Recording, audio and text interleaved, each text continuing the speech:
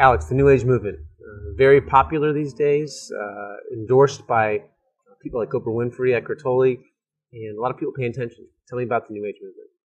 Yeah, the New Age movement, it's very difficult to explain because, as you know, it brings in Eastern religions, Western religions, metaphysics.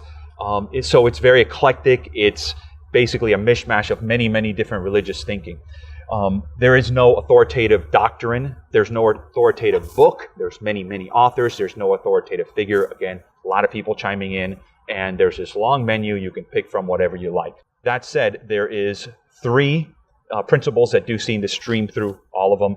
First one is pantheism, the second one is karma, and the third one is self-actualization. What are these? Let's start with pantheism. Pantheism is this idea that everything is God, that we are part of God, that this chair is part of God, that we are all gods. A couple problems with that. First one is, if in fact everything is God, then God is evil, because we know there's a lot of evil in the world. They explain this away by saying that evil is just an illusion. Of course, tell that to the woman who just lost her 9-year-old daughter to the shooting in Arizona. It is not just illusion, it is a real category, and we know that biblically. Next, experientially. Am I God? Do I have the qualities of God? I can't even create anything. I can rearrange atoms, but I don't have the ability to create anything. Secondly, I have very little control over things. I can't control the pimple on my face. My 10-year-old daughter, I have very little control over her. So this idea that we are gods experientially just doesn't make sense. Number two is this idea of karma. Let me just mention a couple things about that. There's 6 billion people in the world today. 20 years ago, there was 5 billion people in the world. What are you working off in your first life? In other words, this is this idea that we are trying to be a better and work off our bad karma. On your first life, what are you working off? I don't know. They can't answer that question. It just doesn't make sense. And then there's this question of, how much do I owe?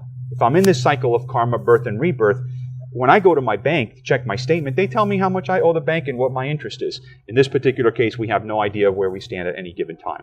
So it's problematic. Finally, self-actualization. That is this idea that my morals, my reality, my truth is within, not without. I look internally for truth.